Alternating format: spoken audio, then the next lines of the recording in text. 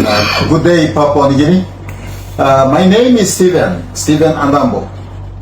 I have been with the NGO organization as an activist for the last 28 years. I started this activism with my NGO organization since 1996, and this is 2024. Others, if you are new to me, I would like to tell you that I am the veteran old man in this field. Teachers who have been teaching in the field for 28 years, they have gained a lot of experience in teaching. Doctors who have been working in their field for 28 years, likewise, with big experience in their field.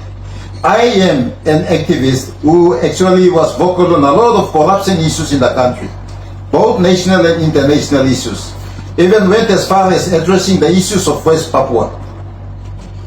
And this is not my first time. I gave a lot of petitions to the state, to former prime ministers. After being a father with grown-up kids, I came back to actually tell the nation once and for all again before I can go back to my hideout. And here I am sitting and talking with my group of non-government organization team from the Millennium Good Governance Organization, NGOs and civil societies with the anti-corruption team in the country. We are actually putting up this media conference knowing in advance that there is a vote of no confidence coming up in 48 hours time, which is Thursday. While the country is going into this vote of no confidence, especially the elected member of the floor of the parliament, on the floor of the parliament, we as NGOs found out that there are a lot of things that needs to be discussed.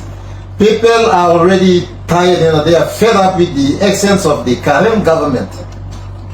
That's why we need to come out to address that issues, because we already became the face of the country, the silent and marginalized majorities of this nation. And that is true.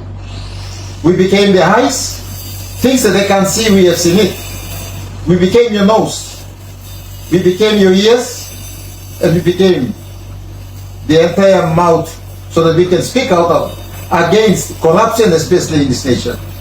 And I am here to talk about James Marape's recent movement, moving money from the Treasury, Finance Department, National Planning into his own family, friends account, already defrauding the state in billions of kina. I can't sit down, I can't wait with my team to really see what's going on with our money, the money that rightfully belongs to the people. Recently, there was a article being moved around, especially in social media,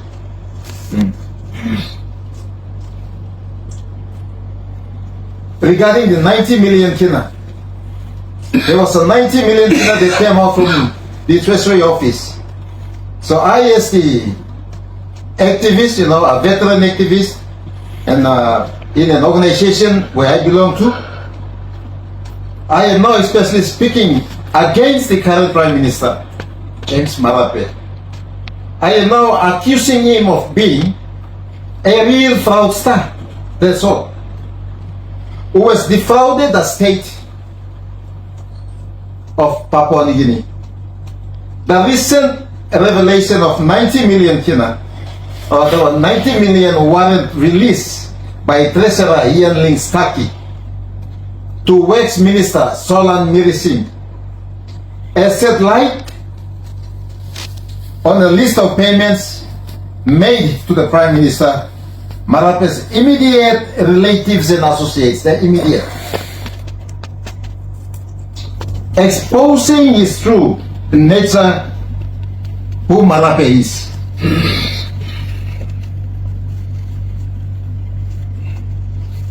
So I, as the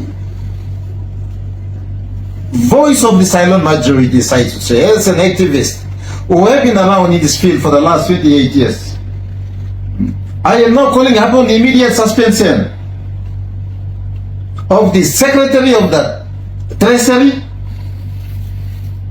Acting Secretary of the Department of Works, and the Governor of the Central Bank of Papua New Guinea for their role in approving the fraudulent transactions of this 90 million kina. They have to go come out. I, as an activist who have been vocal for the last 28 years with my team here, I am urging the Ombudsman Commission and the transparency. My name is John ANDAMBO'S, People's Anti-Corruption Movement Incorporated, which I am the president. We stand neutral. We fight corruption at all fronts. Anything to do with wrongdoing in this country, whether it's with the government or it's the private sector or any other business on the streets, or misconduct by politicians and public servants, we expose it without fear or favor. And as I speak now, we have initiated a lot of legal proceedings, and there are some more proceedings that are coming on foot to expose poor governance in this country. Yesterday's arrest of Steven ANDAMBO, who's a renowned activist over the last 30 years in all matters, whether it's fighting for environmental concerns or government corruption or anything at all, or whether it's political fraud or financial fraud. Steven ANDAMBO is a renowned activist who's always been at the forefront of ensuring that all corruption is exposed.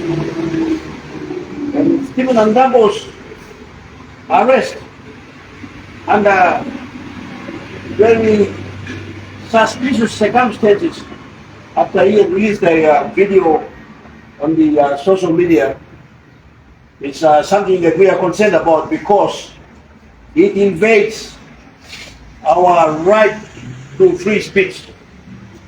And today I stand here demanding Parliament to review the Cybercrime Act. The Cybercrime Act is defective in its purpose, its intended purpose. It is only supposed to deal with cybercrime, meaning that if you commit a crime on the internet, there is a different matter from defamation. Now, Steven ANDAMBO had used his constitutional rights and privileges to speak out on the misuse of public finances totaling 90 million kina, which he read out in public. It was so apparent that government monies through the Department of Treasury and Finance and Works were paid to 7 contractors from only 1 district and 1 province, and this is the Hela province people. And I think the complainant, whoever it was, whether it was the Prime Minister or his Minister for Internal Affairs or the Chief Secretary or the Police Commissioner, should now apologize to Steven ANDAMBO and to release him immediately. Because this is an insult, and this is an infringement on our basic rights. Put it off. So with that, I call upon the Parliament, if it meets tomorrow or after tomorrow, they have to revise the Cybercrime Act, because it is not constructive. It is only destructive in the sense that it's undermining our freedom of press. As we know in this country, the fourth estate is the media. But where is the freedom of the media? All the TV channels are controlled by the government of the day. All the newspapers are controlled by the government of the day. Our only resort is the social media internet, social media platform. And if the government is now sneaking into that, there is a serious problem. And we have absolutely no faith in the legislature, which is passing laws, to introduce such measures that is to Parliament. And I also call on the police to reconsider the action against Steven ANDAMBO, who was only exercising his constitutional right to expose crime. Now, instead of the police acting on the complaint, the public complaint that's come about, reported in the social, on the mainstream media and elsewhere, they They arrested the complainant and not those that stole money.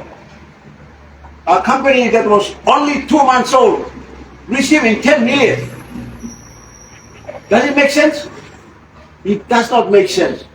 Somebody is stealing somewhere, and Steven ANDAMBO exposed them, so that the police are now supposed to go down and arrest those people who have committed the fraud, and not Mr. ANDAMBO. So we are calling on the commissioner now to instruct his police to release ANDAMBO and to immediately investigate the fraudulent payments totaling 90 million kina out of the.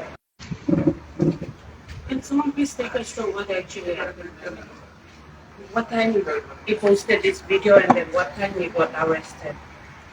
Okay, the video was posted around 2 o'clock. Mm-hmm. No, 2 o'clock. Was Mr. ANDAMBO. They contacted the police at 7 months, the cybercrime police. And the police went, got somebody else, got one of ANDAMBO'S relatives to call him to a location at the car club. And when he got to the car club, that's when the police officers went in a private vehicle with a private number plate, a Prado BDJ 585, followed by another Nissan Navara white. And they had taken ANDAMBO by force to wherever they took him. And we checked at the Broco police station. We especially police. They did not wear the special police from headquarters. And they quickly came out, took people came out of the vehicle and forced me into the vehicle, cut what and said, major crime, major crime.